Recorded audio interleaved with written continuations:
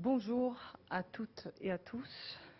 Merci de nous avoir rejoints pour ce colloque après la chute de Daesh en Irak, où en est la lutte antiterroriste, proposée et organisée par Madame la sénatrice Nathalie Goulet, ancienne présidente de la commission d'enquête sur le réseau djihadiste en France et en Europe, en partenariat avec Euronews et diffusée en direct sur euronews.com et sur nos réseaux sociaux. Le terrorisme représente un des plus grands défis de nos jours. Voilà déjà 3 ans que Paris a été la cible des attentats très importants qui ont changé la façon dont beaucoup parmi nous regardent ce sujet. Avant, quelque chose de peut-être un peu plus distant. Aujourd'hui, quelque chose de très, très présent, comme on a pu voir hier avec les événements qui sont déroulés à Trèbes. Un sujet chargé de douleur, de souffrance, la terreur. Albert Camus disait que pour sortir de la terreur, il faudrait pouvoir réfléchir et agir suivant la réflexion.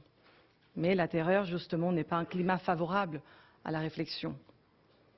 Nous voilà aujourd'hui devant l'occasion de prendre du recul, de réfléchir. Permettez-moi de renouveler donc les remerciements de la part d'Euronews, partenaire de ce colloque, à l'organisatrice de cet événement, Madame Nathalie Goulet, à qui je passe la parole pour l'ouverture des discussions.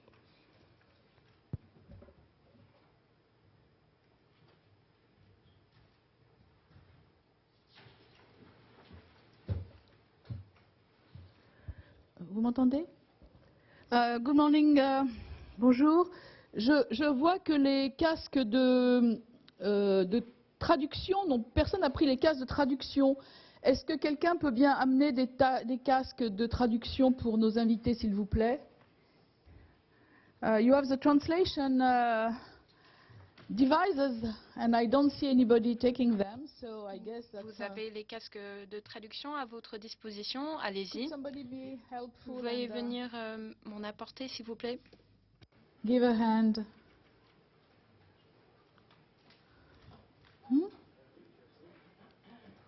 Non, mais il faut aller en chercher. Attendez, ils vont aller. Beg your pardon, we just need 1 minute. Veuillez patienter un moment pendant qu'on cherche les casques de traduction. On fait de l'artisanat sénatorial ici, vous savez, alors on peut avoir des petits soucis, c'est les problèmes du direct. Mais quand on voit des casques là-bas pleins et que c'est écrit anglais-arabe, je pense que les gens peuvent spontanément prendre un casque pour la traduction. Sauf que tout le monde est trilingue, bien sûr. Donc, bienvenue au Sénat. On va commencer par des banalités. Merci d'éteindre vos portables ou de les mettre en silencieux.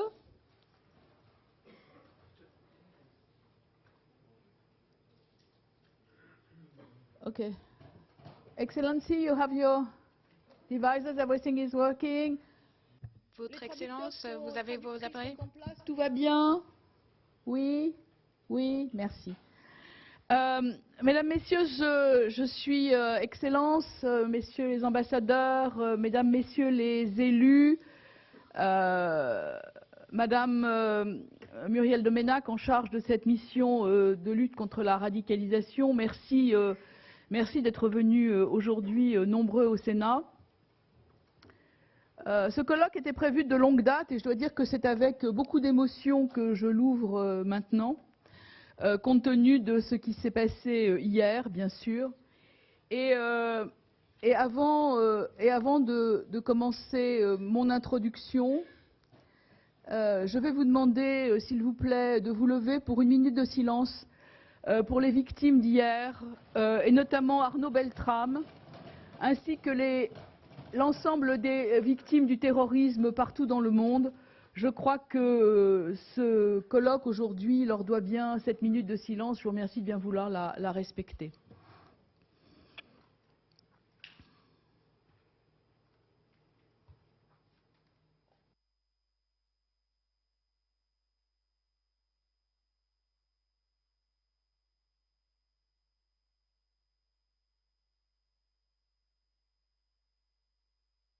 Je vous remercie.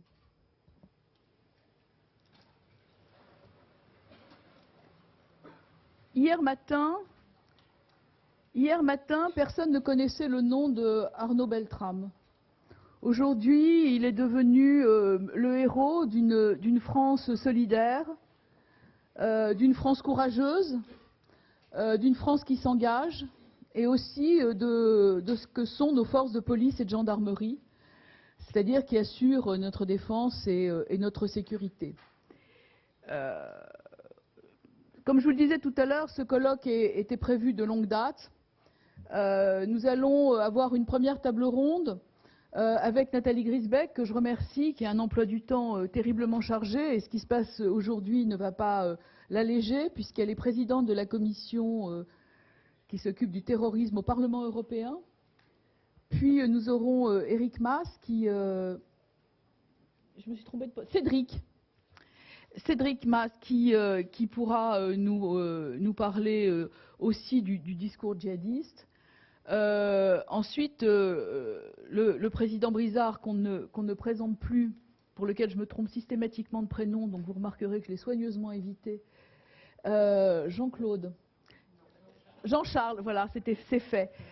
Jean-Charles Brizard, qui nous parlera aussi de la menace. Puis nous aurons deux invités exceptionnels qui nous parleront de la lutte contre le financement du terrorisme en Arabie Saoudite. Parce qu'il faut savoir que ce pays, qui est porteur de beaucoup de préjugés, est en train d'accomplir un travail absolument remarquable en ce qui concerne le contrôle du financement du terrorisme. Et c'est bien, messieurs, je vous remercie d'être venus jusqu'à nous pour pouvoir nous parler. Donc je vais tout de suite laisser la parole à Nathalie Griesbeck, et qui a des impératifs d'horaire et qui ne pourra pas rester. Donc je vais lui céder la parole. Elle peut parler du pupitre ou de sa place, c'est comme vous voulez. Je pense que nous allons avoir une journée extrêmement riche. Je vous la laisserai découvrir au fur et à mesure que les intervenants arriveront. Et j'espère que tout ça vous intéressera et que vous pourrez assister à ce colloque dans des conditions de respect mutuel. Vous pouvez être d'accord, vous pouvez être en désaccord, vous pouvez aussi apporter la contradiction. Il y aura évidemment un temps de parole avec la salle au fur et à mesure que nous avancerons dans nos travaux. Voilà, bon colloque et à tout de suite puisque je vais rejoindre le panel. Merci beaucoup, bonjour à tous. Merci tout spécial à Nathalie Goulet d'avoir organisé cette rencontre dans un lieu prestigieux pour notre pays, pour les institutions, dans le cadre de la France, mais aussi dans le cadre européen. Merci de leur présence à tous les invités et les intervenants qui viennent de pays tiers, de pays donc avec lesquels nous coopérons. Vraiment, Nathalie Goulet a eu une idée tout à fait d'actualité, tristement d'actualité, mais c'est une raison supplémentaire pour travailler ensemble à combattre cette menace et ce fléau que constitue le terrorisme sur l'ensemble de la planète, même si celui-ci n'est pas un phénomène nouveau. Il constitue aujourd'hui dans nos sociétés contemporaines et démocratiques une menace extrêmement importante. Je la remercie avec nous tous évidemment d'avoir rappelé la mémoire d'Arnaud Beltrame, donc décédé cette nuit des suites de cet attentat barbare dont notre pays a été l'objet. Et ce matin, c'était très frappant de voir dans tous les médias du monde entier la confrontation de deux visages. Un visage qui était celui de la haine, d'un visage de l'abjection, confronté à côté, sur les mêmes newspapers, du visage de l'héroïsme aujourd'hui, évidemment, d'un héroïsme authentique, et en même temps de visage de fraternité, de solidarité, puisque Arnaud Beltrame, comme chacun le sait aujourd'hui et partout dans le monde, a proposé, a négocié en fait d'échanger la place d'une femme dans ce supermarché avec la sienne, et qu'il y a donc perdu la vie. Et sans doute aussi peut-être permis d'en sauver d'autres en dehors de la vie de cette femme contre laquelle il a été échangé dans la négociation avec ce terroriste et cet individu qui est un assassin. La menace aujourd'hui, et je remercie donc Nathalie d'avoir convié en fait des voix aussi pas seulement franco-françaises ou avec des pays tiers, mais d'avoir convié à cette tribune la voix de l'Union européenne. tout simplement parce que la menace est non seulement aujourd'hui très réellement transnationale, elle est globale, elle est diffuse, elle est polymorphe et elle nous conforte dans le sentiment qui est partagé par nos concitoyens que nous vivons dans un monde extrêmement complexe, bien sûr, mais dans un monde aussi extrêmement dangereux et fragile, même si, évidemment, ce monde a des facettes extraordinaires. Il y a à la fois du merveilleux et de l'abjection totale. Donc cette menace globale, elle appelle de la part des États, des institutions et de la société tout entière une demande de sécurité organisée. J'en veux pour preuve les différents sondages d'opinion qui se sont succédés ces derniers mois et qui, pour notre pays, la France, a amené à mettre en première position, alors que ça n'était pas le cas depuis plus d'une décennie, à mettre en première position de la part de nos concitoyens une demande de sécurité renforcée, évidemment par rapport au terrorisme. L'action doit être nécessairement conjuguée. Je veux, avant d'entrer un tout petit peu dans les détails et sans doute ouvrir après les interventions des collègues, souligner que tous les jours, les services de renseignement, à la fois dans notre pays, mais avec les pays amis, les pays membres aussi de l'Union européenne, mais aussi avec des pays tiers, tous les jours, les services de renseignement aboutissent à remonter des filières, à déjouer des tentatives d'attentats, à diminuer dans un certain nombre de cas le caractère très important et très grave de la menace. Je veux le repréciser, c'est très important de le faire dans un lieu comme celui-ci qui représente une parole publique. Mais en même temps, cette menace, l'exemple dramatique et tragique qui a affecté notre pays hier, est une menace qui n'est plus seulement ou qui n'est pas seulement exogène, mais qui est très fortement endogène et qui pose toute une série évidemment de questions supplémentaires, de questions très subtiles, puisque en étant endogène, évidemment, elle s'organise dans le tissu de la société, dans les villes, dans les quartiers, pas seulement dans les capitales, mais dans tous les endroits qui sont fréquentés, qui sont des endroits publics et ordinaires pour nos concitoyens.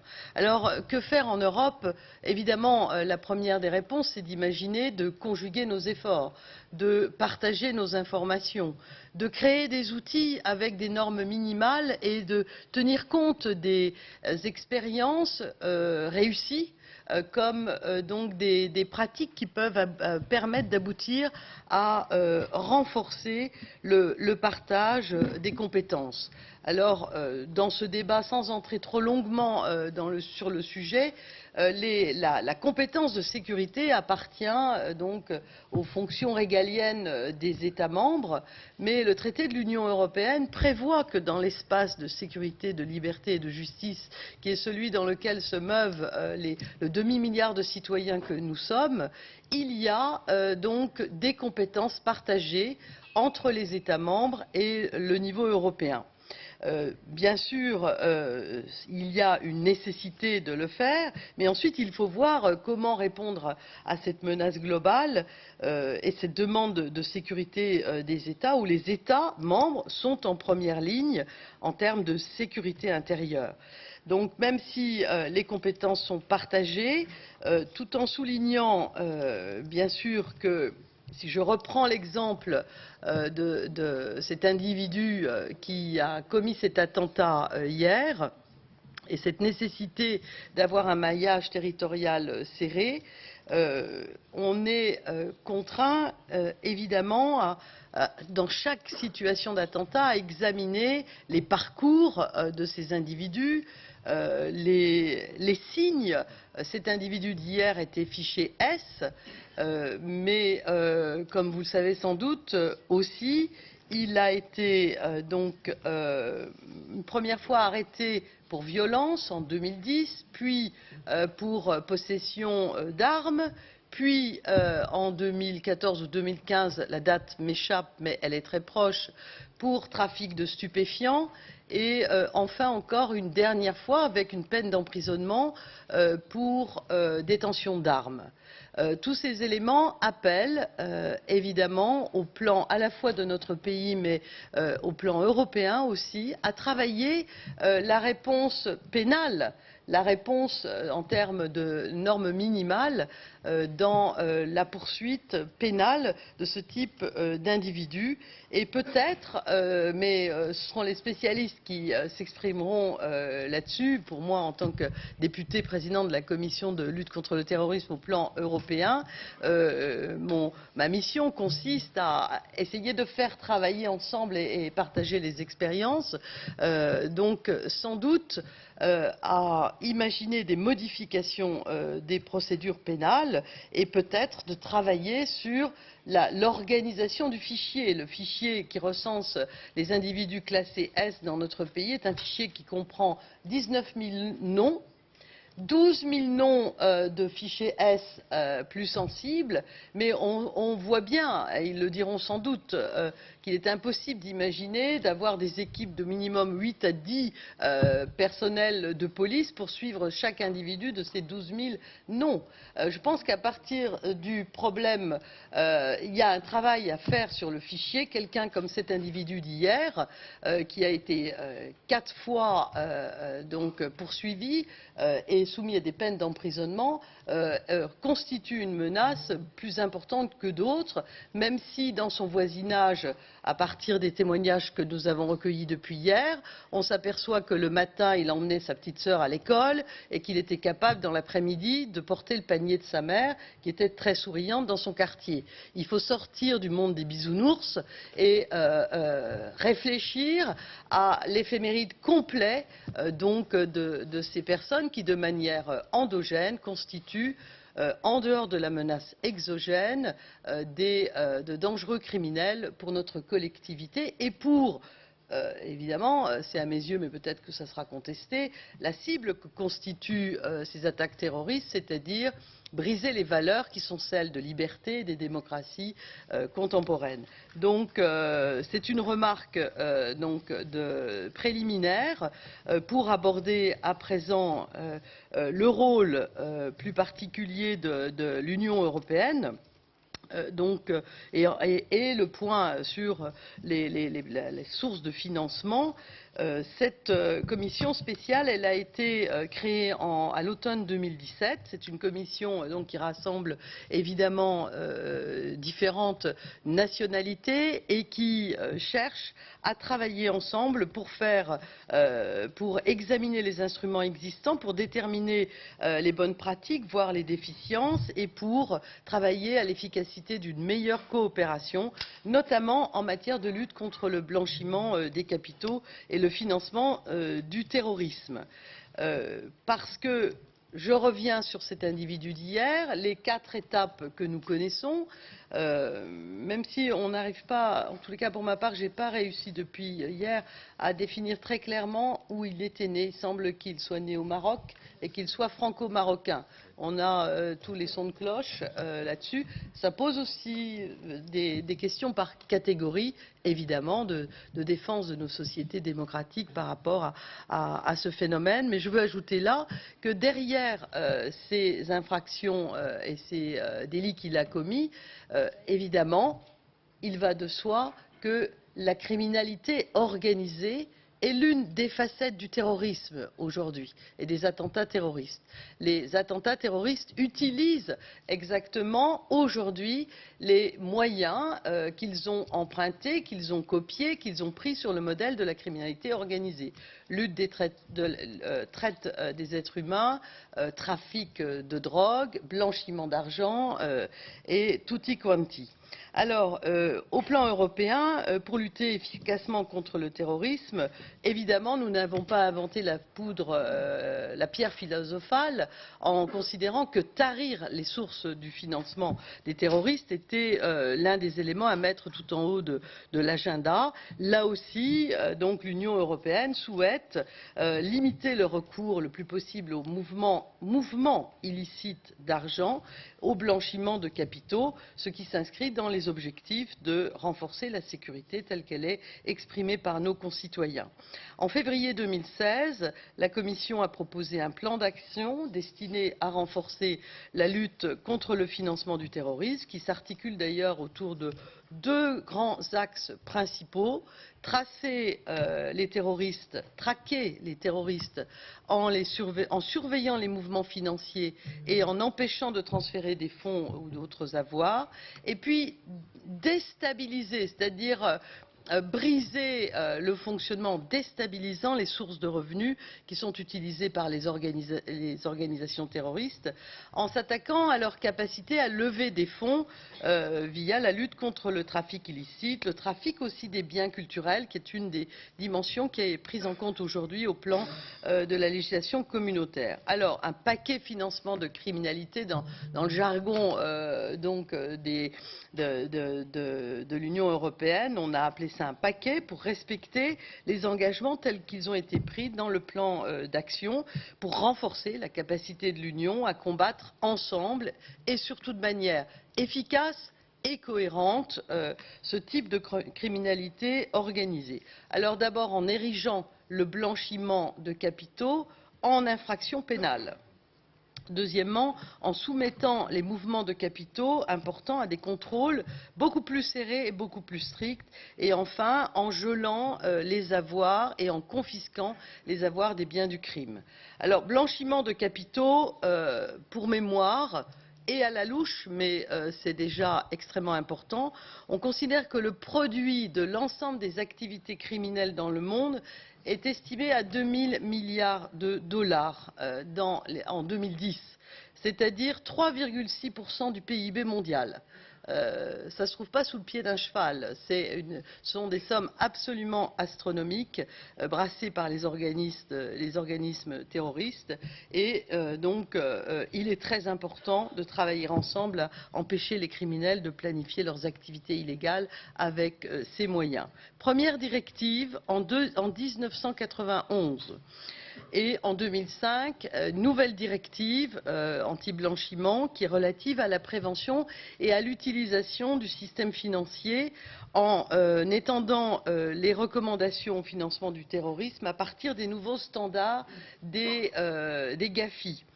Au niveau européen, un consensus très ferme émerge clairement à partir de 2005 sur toutes les infractions liées au terrorisme qui doivent être incluses dans cette directive anti-blanchiment.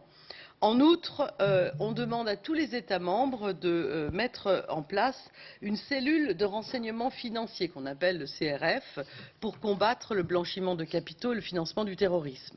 Cellule centrale qui doit recevoir, qui analyse et qui communique aux autorités compétentes les informations en question. En 2012, on révise cette norme et on l'adapte avec de nouvelles recommandations pour l'aligner sur les normes internationales.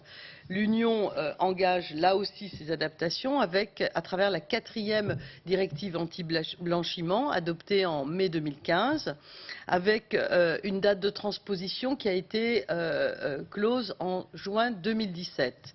Sans rentrer dans le détail des mesures telles qu'elles sont prévues, cette directive, elle s'adapte.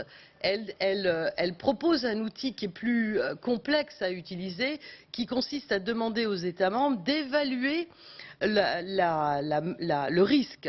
Et elle oblige les États membres, elle ne les invite pas, elle les oblige à procéder à cette évaluation au niveau national. Et en même temps, elle rappelle la coopération, cette fois entre les cellules de renseignement financier entre les différents États membres. D'une manière générale, elle renforce la transparence, notamment via l'obligation des sociétés de détenir des informations sur leurs bénéficiaires effectifs, donc l'identité des personnes, les États devant créer des registres centraux qui contiennent ces informations relatives aux bénéficiaires. Donc toujours l'objectif recherché à travers cette adaptation de disposition d'un outil de plus en plus subtil, c'est de réussir à trouver l'identité des personnes pour pouvoir mettre les actions au plan pénal en route à leur encontre. Néanmoins, le contexte des attentats terroristes en 2015, la mise en lumière de l'émergence des nouvelles tendances en matière de financement, amène l'Union à faire le constat des lacunes dans la surveillance des moyens utilisés, avec le commerce des biens culturels, avec le problème, entre guillemets, des monnaies virtuelles et des fameuses cartes prépayées. L'Union va réfléchir à ce moment-là à une nouvelle directive qui prenne en compte ces dernières évolutions, la 5e directive qui est en cours de discussion, qui n'annule pas les précédentes, mais qui adapte, car c'est l'objet de cette traque contre la criminalité terroriste, c'est de réussir à aller un peu plus vite qu'eux dans ce combat mortifère. Donc cette 5e directive est en cours de discussion dans les institutions européennes. Elle est en partie entre les mains du commissaire Moscovici, qui va venir s'exprimer d'ici quelques jours dans la commission de lutte contre le terrorisme. Et parmi les propositions les plus importantes, se trouve l'inclusion des plateformes de change de monnaie virtuelle dans le champ d'application de la directive, à propos du transfert de monnaie virtuelle qui, jusqu'à présent, c'est incroyable, ne font l'objet d'aucune règle contraignante. Donc c'est un élément extrêmement important. On va aussi, alors ça évidemment, ça suscite des grincements de dents de la part de nos concitoyens, mais c'est une condition sine qua non dans l'arsenal que nous devons mettre en perspective et articuler les outils les uns par rapport aux autres, c'est l'abaissement des limites maximales de transactions pour les instruments prépayés. C'est compliqué parce que pour un certain nombre de nos concitoyens, c'est le seul moyen de pouvoir communiquer, mais donc on est obligé de passer au tamis ces dispositifs pour renforcer la lutte et la coopération contre le terrorisme. Évidemment, il y a dans cette préparation de la 5e directive anti-blanchiment un renforcement encore une fois des cellules de renseignement financier qui pourraient demander à présent des informations sur le blanchiment des capitaux et le financement du terrorisme, mais aussi identifier les titulaires des comptes bancaires. Et tout cela avec, il y a aussi aujourd'hui beaucoup d'invités de Nathalie Goulet venant de pays tiers de l'Union européenne, une harmonisation au sein de l'Union européenne à l'égard des pays tiers qui sont considérés comme des pays tiers partenaires mais à haut risque. Donc que retenir de tout cela pour aller vers une conclusion rapide?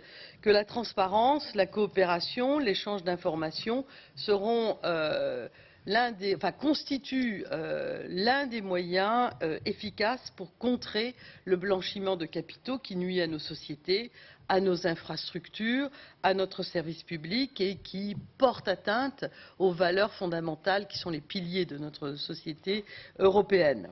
Donc en décembre 2016, la Commission a présenté 3 propositions. Je finis sur le cadre juridique des mouvements illicites. Un mot quand même sur le règlement dont je suis le rapporteur, sur le gel et la confiscation des biens du crime, c'est-à-dire donc de prévoir des peines minimales des peines minimales harmonisée entre les États membres en ce qui concerne la poursuite donc en cas d'infraction criminelle au blanchiment d'argent, avec des circonstances aggravantes en cas d'organisation terroriste, avec donc des peines de prison et des sanctions pécuniaires, avec le contrôle d'argent liquide, bien sûr, et donc avec ce règlement. C'est un règlement, pas une directive, ça veut dire d'applicabilité directe, concernant le gel et la confiscation des biens du crime, qui a pour objectif principal dans cette lutte contre cette menace transfrontalière, d'assurer un mécanisme rapide de reconnaissance mutuelle des décisions de gel et des décisions de confiscation des biens du crime. Ça veut dire que donc dans un État X, on va prendre une décision de confiscation ou une décision de gel des biens du crime. La poursuite donc de l'infraction pourra être immédiate dans un État Y pour le même bien. Voilà, j'ai évoqué le trafic illicite et vraiment pour conclure, enfin, après 40 ans de discussions et 4 ans de négociations, nous sommes parvenus à créer en coopération renforcée un parquet européen. C'est une étape qui était difficile à franchir, comme s'il n'était pas évident d'acquérir cet instrument, mais on se trouve confronté, comme d'habitude, donc à une demande de souveraineté des États membres. Moi, j'appelle de mes vœux, plus que jamais, chaque jour qui passe, d'étendre sa compétence, évidemment, aux crimes terroristes. Voilà, en quelques mots et avec des bottes de 7 lieues, tracer les éléments principaux concernant cet aspect donc de la lutte contre le financement du terrorisme en Europe. Merci.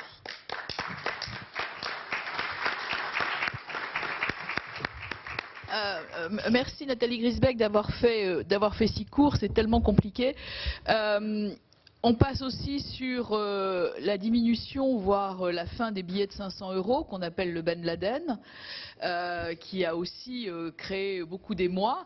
Et puis, il faut bien se rendre compte que les progrès les plus importants que nous avons fait en matière de lutte contre la fraude et l'évasion fiscale, c'est parce qu'on a pu y adosser la question du terrorisme, car les méthodes, les moyens et les circuits sont les mêmes pour le terrorisme et pour la délinquance financière. C'est exactement les mêmes. D'autant qu'on a en plus à faire face à ce qu'on appelle le terrorisme low cost. Vous imaginez que le terroriste d'hier n'a pas dépensé beaucoup d'argent. On n'est pas du tout dans la magnitude du World Trade Center. Le Bataclan, c'est 8 000 €. Charlie, c'est 5 000 €. C'est pas beaucoup d'argent. C'est pas beaucoup d'argent. Donc, malheureusement, une grande partie de la population va se retrouver pénalisée parce qu'on doit surveiller une poignée de délinquants. On a besoin aujourd'hui de plus d'Europe. Et je crois que c'est une chance d'avoir eu Nathalie Griesbeck aujourd'hui parce qu'elle n'est pas très facile à avoir à une conférence parce qu'elle est très demandée et en plus l'Europe est évidemment notre partenaire essentiel. Donc merci beaucoup. Je vais passer la parole à Cédric Mass et pour 7 minutes, paraît-il, montre en main.